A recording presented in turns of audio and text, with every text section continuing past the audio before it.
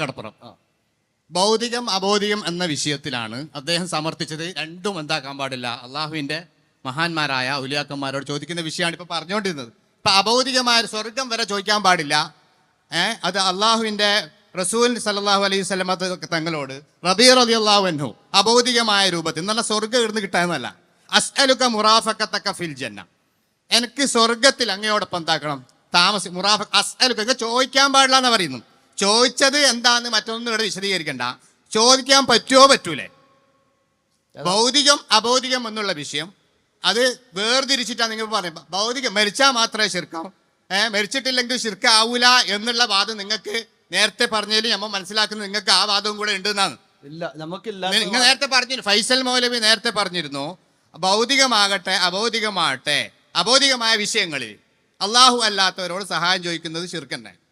അപ്പൊ അസ്അലുക മുറാഫഖതക ഫിൽ ജന്ന റബീ റളിയല്ലാഹു അൻഹുവിനോട് റസൂലുള്ളാഹി ചോദിച്ചപ്പോ റബീ റളിയല്ലാഹു അൻഹു പറയും അസ്അലുക മുറാഫഖതക ഫിൽ ജന്ന. ഭൗതികം അല്ല അത്. സമാധാനം സമയമില്ല. 4.5 മണിക്കൂർ വിഷയം അവതരിപ്പിച്ചിട്ട് സമയമില്ല എന്ന് പറഞ്ഞാൽ നമ്മൾ എന്താക്കണ്ടേ? നമുക്ക് ചോദിക്കണ്ടേ? സഹോദരൻ പറയും. പിന്നെ ഈ മൈക്ക് പിടിക്കണം, മൈക്ക് ഇയാൾ പിടിക്കുന്ന നേരത്തെ ഉണ്ട്, ഞാൻ നേരത്തെ ശ്രദ്ധിക്കുന്നുണ്ട് ഇയാളെ പിടിക്കുന്ന നിൽക്കുന്നത്. നിങ്ങൾ പറയുന്ന അവസരം തന്നാൽ ചോദിക്കാ നിങ്ങൾ പറയുന്നത്, മൈക്ക് പിടിക്കുന്നു ബാക്കിന്ന്. പിന്നെ എന്ത് നമ്മ ചോദിക്കല്? അങ്ങയോടൊപ്പം സ്വർഗത്തിൽ കിടക്കാൻ ഞാൻ ചോദിക്കുന്നു. ഭൗതികമല്ല, സ്വർഗം കൊടുക്കേണ്ടത് അള്ളാഹു താലയാണ്. റസൂലുള്ളാഹിനോട് നേരിട്ട് ചോദിക്കുന്നു അസ്അലുക മുറാഫഖതക ഫിൽ ജന്ന. അതിനുശേഷം മറുപടി ഒന്നും പറഞ്ഞിട്ട് ഇവിടെ തട്ടിപ്പാക്കാൻ നിൽക്കണ്ട. മറുപടി എന്തൊന്നും അല്ല, ചോദിക്കാൻ പറ്റുമോ പറ്റൂലേ? സ്വർഗം അബൗദികമായ രൂപത്തിലുള്ളതാണ്, അത് ചോദിക്കാൻ പറ്റുമോ പറ്റൂലേ? റസൂലുള്ളാഹിന്റെ അടുത്ത് റബീ റളിയല്ലാഹു അൻഹു അങ്ങനെ ചോദിച്ചതായി നമുക്ക് കാണുന്നുണ്ട്. ഇതിനെ കുറിച്ച് നിങ്ങളുടെ മറുപടി ഞാൻ നേരത്തെ 4 രൂപത്തിൽ പറഞ്ഞു.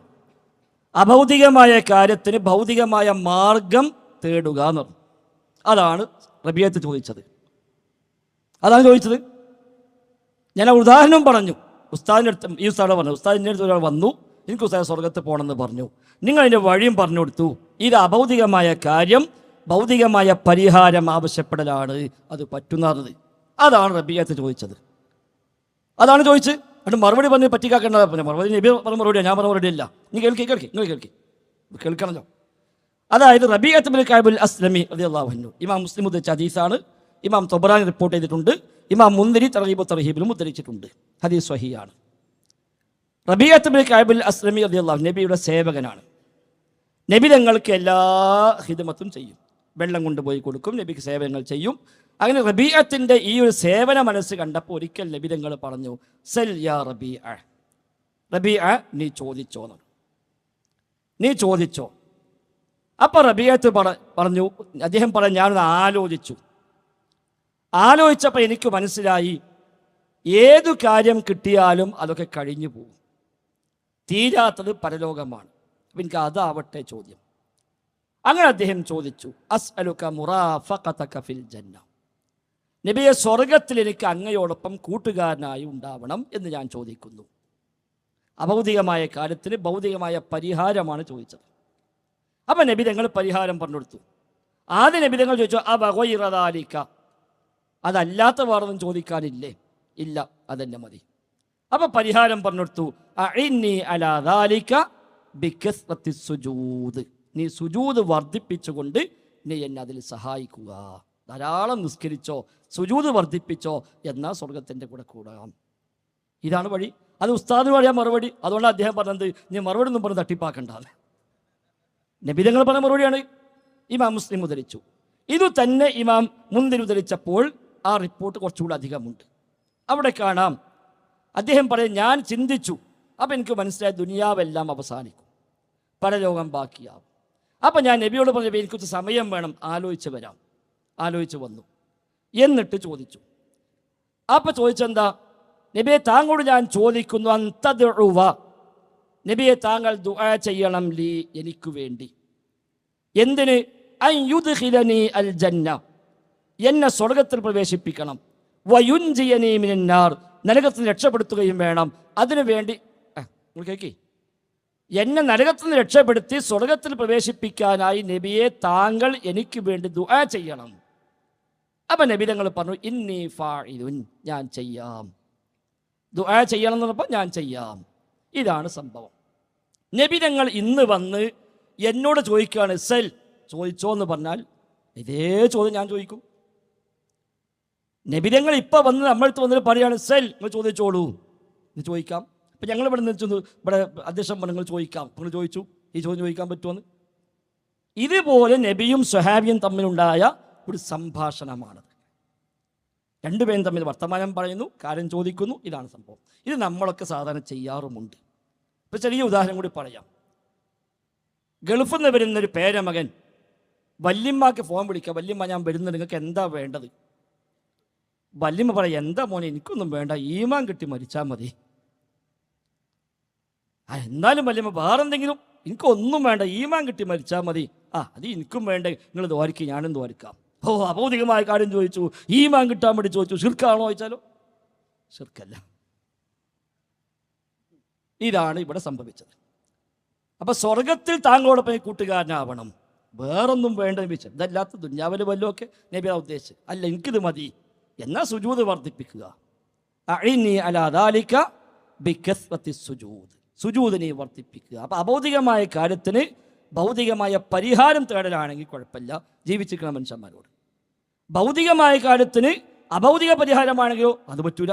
കാര്യം ഭൗതികമാണ്, പക്ഷെ പരിഹാര ഭൗതികമാണ്. കടം വീടുക ഭൗതികമായ കാര്യമാണ്. ആ കടം വീടാൻ വേണ്ടി ഭൗതികമായ പരിഹാരമുണ്ട്. അതെന്താ? കുറച്ച് തൽക്കാലം സംഭാവന തരുമോ, ഹദിയ തരുമോ, തൽക്കാലം വായ്പ തരുമോ, എനിക്ക് വലിയ കടമുണ്ടത് വീട്ടാനാണ്. അത് ഭൗതികമായ കാര്യം, ഭൗതികമായ പരിഹാരമാണ്. പഠിച്ചോനെ ഞാൻ വലിയ കടത്തില റബ്ബേ, എന്നെ കടം വീട്ടിൽ തരണേ. ഭൗതികമായ കാര്യത്തിന് അഭൗതികമായ പരിഹാരം പ്രതീക്ഷിക്കുകയാണ്. അത് നബിയോട് പറ്റോ, അത് വലിയോട് പറ്റോ, അതാരോടും പറ്റില്ല. അതാണ് വ്യത്യാസം. പിന്നെ ഒറ്റക്കാലം നേരത്തെ യൂസുഫ് മുസ്ലിം ചോദിച്ചപ്പോൾ അവസാനം അദ്ദേഹം പറഞ്ഞ ഒരു സംഭവം ദാവൂദ് നബിയുമായി ബന്ധപ്പെട്ട്. അപ്പോൾ അവിടെ തന്നെ കുറേ പാഠം വെക്കുന്നുണ്ട്. മലക്ക് മനുഷ്യരൂപത്തിൽ വന്നു എന്ന് ചോദിച്ചു. വന്നത് മലക്കാണെന്ന് പോലും ദാവൂദ് നബിക്ക് മനസ്സിലായില്ല. ഇരുമ്പ് വളക്കാളം മുഴുജത്ത് കിട്ടിയ ദാവൂദ് നബിക്ക് മനസ്സിലായില്ല ഈ വന്നത് മലക്കാണ്. മുഴുജത്ത് വിറ്റ് പൈസ ഉണ്ടാക്കുക, അതിനിപ്പോൾ ഇവിടെ കലാമത്ത് വിറ്റ് പൈസ ഉണ്ടാക്കാൻ തെളിവാക്കുമെന്ന് എനിക്കറിയില്ല. അധ്വാനിച്ച് ജീവിക്കാനാണ് ഉപയോഗിച്ചത്. അതിന് അള്ള ഒരു മുഴുജത്ത് നൽകി. ആ മുഴുജത്ത് എന്താണ്? കീഴ്പ്പെടുത്തി കൊടുത്തു. അത് ഉപയോഗപ്പെടുത്തി. അതിന് വിശദാംശങ്ങളൊക്കെ നമ്മൾ പറയുകയും ചെയ്തു. ഏതായാലും അൽഹംദുലില്ലാ, നമ്മൾ ഇങ്ങനെ വെറുതെ വാദിച്ചും ജയിച്ചും നല്ല പോകണം. നമ്മളെ സംബന്ധിച്ച് എനിക്ക് അല്ല മതി എന്ന് തീരുമാനിച്ചാൽ എത്ര എളുപ്പമാണ്. എൻ്റെ തേട്ടമെല്ലാം റബ്ബിനോട്, ഹസ്ബി അല്ലാ, എനിക്ക് അല്ല മതി, ആ റബ്ബിനോടെ തേടുള്ളൂ എന്ന് തീരുമാനിച്ചാൽ എത്ര എളുപ്പമുണ്ട്. ഇങ്ങനെ വളഞ്ഞ് പിരിഞ്ഞ് വ്യാഖ്യാനിച്ച് ഒപ്പിച്ച് കൊണ്ടുവന്നിട്ട് സ്ഥാപിക്കേണ്ട വലിയ കാര്യമുണ്ടോ? മനുഷ്യൻ്റെ സൃഷ്ടാവിനോട് ചോദിക്കുക, സൃഷ്ടാവിനോട് തേടുക എന്ന് പറഞ്ഞാൽ വളരെ ക്ലിയർ അല്ലേ? അതിന് തെറ്റിച്ച് കൊണ്ടുപോകാൻ വേണ്ടി ആണല്ലോ ഇപ്പം അതൊക്കെ. ഞാൻ നേരത്തെ 10 അപകടം പറഞ്ഞു. ഒന്നാമത്തെ കാര്യം പടച്ചുവെന്ന് അകറ്റി പടപ്പിലേക്ക് അടുപ്പിച്ചു. അതാണ് ഇപ്പോഴും സംഭവിക്കുന്നത്. കണ്ടങ്ങൾ പടപ്പിലേക്ക് അടുപ്പിക്കാനാണ് ഈ ന്യായങ്ങളൊക്കെ. അത് വേണ്ട, പടച്ച റബ്ബിലേക്ക് അടുക്കുക. അള്ളാഹു തൗഫീഖ് ചെയ്യട്ടെ. ഫൈസൽ മൗലവി വീണ്ടും പറഞ്ഞത് തന്നെയാണ്. അസ്അലുക, തങ്ങളോട് ചോദിക്കുന്നു, അതൊന്നല്ല, തങ്ങളോട് ചോദിക്കുന്നു, പ്രാർത്ഥിക്കുന്നുമല്ല, എനിക്ക് വേണ്ടി പ്രാർത്ഥിക്കണമെന്നുമല്ല, തങ്ങളോട് ചോദിക്കുന്നു. ഭൗതികമല്ല, അഭൗതികമായ കാര്യം, സ്വർഗത്തിൽ കടക്കൽ വീടുന്ന് കിട്ടുന്ന സംഭവമല്ല. അത് റസൂലുള്ളാഹിനോട് ചോദിക്കുന്നു. അപ്പോൾ റസൂലുള്ള എന്താ പറയണ്ടേ? നീ ചോദിക്കല്ലേടാ, അത് ശിർക്കാണ്, നീ ചോദിച്ചല്ല, നീ ചോദിക്കാൻ പാടില്ല, അത് ശിർക്കാണ്. റസൂലുള്ള പറയേണ്ട അതല്ല മറുപടി. ചോദിക്കാൻ പറ്റുമോ പറ്റൂലേ എന്നാണ് എൻ്റെ ചോദ്യം. അഭൗതികമായ സഹായം ചോദിക്കാൻ പറ്റൂല എന്ന് നിങ്ങൾ നേരത്തെ പറഞ്ഞു. റസൂലുള്ളാഹിന്റെ അടുത്ത് വന്നിട്ട് റബീ റളിയല്ലാഹു അൻഹു ചോദിക്കുന്നു. ഇത് നമ്മൾ ഹദീസിൽ കാണുന്നു. അപ്പോൾ റസൂലുള്ളാഹിന്റെ അടുത്ത് സഹാബത്ത് വന്നിട്ട് റസൂലുള്ളാഹിന്റെ അടുത്ത് സഹാബത്ത് ഈ വിഷയം അവതരിപ്പിച്ചപ്പോൾ റസൂലുള്ള പറയേണ്ട ശിർക്ക് എന്ന് പറയുന്നതിന് പകരം എന്താ, സുജൂദ് ചെയ്തിട്ട് എന്താക്കണം, അതിലെന്നെ സഹായിക്കണം എന്ന് റസൂലുള്ളാഹിന്റെ മറുപടി അല്ലേ? ശിർക്കല്ല, അഞ്ഞ് ചെയ്തൊക്കെയല്ല, അത് ശിർക്കാണ്. മുജാഹിദ് മൗലവി പറഞ്ഞു തന്നിട്ടേ ഇതത് ശിർക്കാണ്, അഭൗതികമായ സഹായം ചോദിക്കാൻ പറ്റൂല. ഒരു മനുഷ്യനോട് റസൂല് ജീവിതത്തിൽ തന്നെ പറഞ്ഞിരുന്നു. റസൂല് ജീവിതത്തിൽ തന്നെ ചോദിക്കാൻ വേണ്ടി എന്താക്കുന്നത് അത് പറയുന്നു. പിന്നെ എങ്ങനെ നമ്മളത് പറയും? അഭൗതികമായ രീതിയിൽ സ്വർഗം ചോദിക്കാൻ പാടില്ല, അല്ലെങ്കിൽ അഭൗതികമായ രീതിയിലുള്ള വിഷയങ്ങൾ ചർച്ച. അതന്നെയാണ് നേരത്തെ അദ്ദേഹം പറഞ്ഞത്. മുഅ്ജിസത്ത് എന്നുള്ള പിന്നെ എന്തിനാണ് ഇതാക്കിനി ചോദ്യം കുറക്കുന്നത്? അല്ല എന്തിന് നിങ്ങൾ മുഖാകെ വന്നിട്ട് 4.5 മണിക്കൂർ 5 മണിക്കൂർ നിങ്ങൾ പ്രസംഗിച്ച് ഞമ്മക്ക് ചോദിക്കാനുള്ള അവസരം ചോദ്യം കുറക്ക്. എന്തത് ഇത് മുഖാമുഖാന്ന്? എന്തിനിത്? ഞമ്മ ചോദിക്കാൻ വേണ്ടി നിങ്ങൾ വിടണ്ടേ? നിങ്ങള് അപ്പൊ അസ്അലുക മുറാഫഖതക ഫിൽ ജന്ന എന്നുള്ളതിന് അസ്അലുക മുറാഫഖതക ഫിൽ ജന്ന എന്നതിന് ഉള്ള ഉത്തരം ഇവിടുന്ന് പറഞ്ഞു. അതിനെന്നെ ഞാൻ മറുചോദ്യം ചോദിക്കുന്നത്, അസ്അലുക തങ്ങളോട് ചോദിക്കാൻ പറ്റൂല നിങ്ങൾ വാദം നടത്തി, ചോദിക്കാൻ പറ്റുമോ പറ്റൂലേ? റസൂലുള്ളാഹിന്റെ അടുത്ത് വന്ന് ചോദിച്ചപ്പോ റസൂലുള്ള ശിർക്ക് പറഞ്ഞിട്ട് അഭൗതികമായ കാര്യങ്ങൾ ശിർക്കെന്നാ പറയുന്നത്. നിങ്ങളെ വാദം എല്ലാം ഞാൻ എല്ലായിടത്തും അഭൗതികമായ പിന്നെ ഇത് ശിർക്കാണെങ്കിൽ റസൂലുള്ള അത് ശിർക്ക് എന്നല്ല പറയേണ്ടത്. സ്വർഗത്തെ നിങ്ങൾ പറയും ദ്വാരക്കാൻ പറഞ്ഞു, നിങ്ങൾ ഇവരെ പറ്റിച്ചാ മതി അദ്ഉന്ന് അല്ലേ? അസ്അലുക എന്ന് പറഞ്ഞാൽ അതുമായിരിക്കും അല്ല അവിടെ പറഞ്ഞത്. നേരത്തെ നമ്മൾ സൂചിപ്പിച്ചല്ലോ. അതുകൊണ്ട് അഭൗതികമായ രീതിയിലുള്ള സഹായം റസൂലുള്ളാഹിന്റെ സഹാബത്ത് റസൂലുള്ളാഹിന്റെ മുന്നിൽ വന്ന് ചോദിച്ചപ്പോ റസൂലുള്ള അതിനെന്തായിട്ടില്ല, ഒരു നോ ഒബ്ജക്ഷൻ പറയാത്തത് കൊണ്ട് അത് ശിർക്കാണെങ്കിൽ റസൂലുള്ള ആണ് ഇസ്ലാം മതം പഠിപ്പിക്കാൻ ഇവിടെ വന്നത്. ആ നബി പറയാത്ത ഒരു സംഗതി പിന്നെ ഞങ്ങ വന്നിട്ട് പറയുന്നത് അത് ശിർക്കാണെന്ന് പറഞ്ഞാൽ നമ്മ പൊട്ടന്മാരായിരിക്കണം ആദ്യം. അതുകൊണ്ട് അതിന് ആദ്യം മറുപടി അറിയാം. ആയിക്കോട്ടെ, നീ കേൾക്കി. നേരത്തെ കേട്ടില്ല, അതാണ് പ്രശ്നം. കേട്ടിട്ടില്ല, അതാണ് പ്രശ്നം. നിങ്ങൾ ഹദീസിനെ പരിഹസിക്കൂല. ഹദീസിൽ വന്ന വാചക ഞാൻ പറഞ്ഞത്.